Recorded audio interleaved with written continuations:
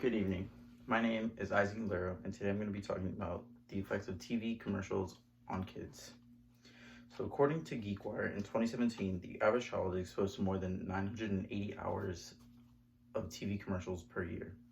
Moreover, according to AdGuard, kids around 7 to 8 years old aren't even able to tell the difference from just a regular show and ads that are being displayed to them. They aren't really able to tell if something is trying to convince or persuade them.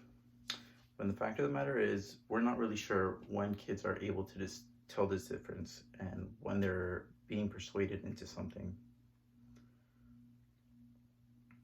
Meaning that kids are far more likely to be manipulated, and they're really susceptible to manipulations from these TV advertisers.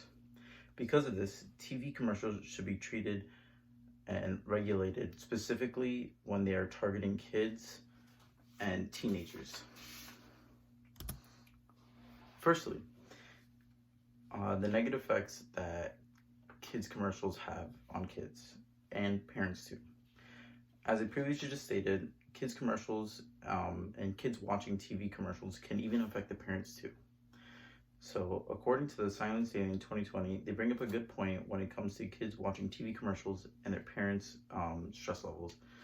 So, when a parent is highly stressed, more than likely they're just going to put their kid in front of the TV, and what's going to happen is that this kid is going to watch some TV, and during this time, they're going to be able to watch a lot of TV commercials, and of course, they're going to come to their parents and ask for the things that they saw on TV. But of course, not every parent can or will be able to get what their kid asked for. And now they're going to have to deal with the stress of rejecting their kid of what they want. And simply put, it's just going to increase the parents' stress levels, and it's just going to loop back and forth because it's just a process that's going to loop back to one another.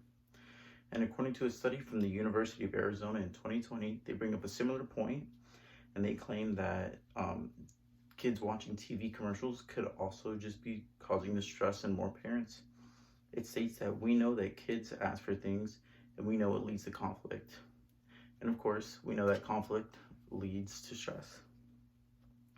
Moreover, kids commercials can cause obesity and other eating disorders. So at the age of when kids start seeing these ads, they start implementing the absurd beauty standards that we have in today's society for both men and women. In this case, kids might start changing their eating habits or how they eat in order to try to change their body type or what they look like. More specifically, around 50% of advertising that are targeted towards kids is food related, and many of those being unhealthy foods and bad foods that contain a high amount of sugars and fats. One example that I like to bring up is high sugar cereals that we see a lot on kids commercials. Of course, these ads have a lot of eye candy, and they make it really pleasant to look at, which is only going to make it more likely that these kids buy these products. Next, we really need to find a solution for this problem. One solution that I like to bring up is to look at other countries and see how they regulate their TV commercials. So for Sweden, for example, they don't allow ads directed towards children's less than the age of 12 before 9 p.m. at all.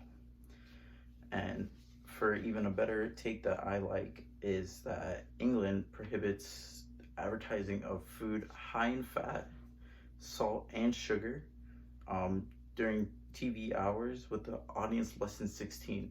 So this is even going to target ages that are in the teenage range, because even then, teens are still likely to be manipulated and can experience the negative effects of TV ads.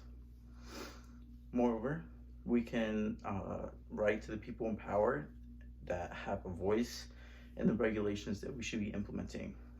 So we can be writing emails and letters to the people that can influence their decision into doing the right thing. So for example, the FCC, or the Federal Communications Commission, and the FTC, the Federal Trade Commission, and the FDA, the Food and Drug Administration, all have a say in when it comes to TV ads that are targeted towards kids. Lastly, we can look at what our future would look like if we did or didn't do anything about the problem. So in a world that we implement the right regulations and features, we could have healthier kids that aren't fed foods that are high in sugars and fats, and we can have parents that are less stressed due to the fact that their kids aren't watching these TV commercials. And of course, on the other hand, if nothing is done, then our world will look the same, and we would have to have kids that grow old and obese and healthy, or unhealthy, sorry, and they're gonna have parents that have to deal with the same problems of their kids watching these ads.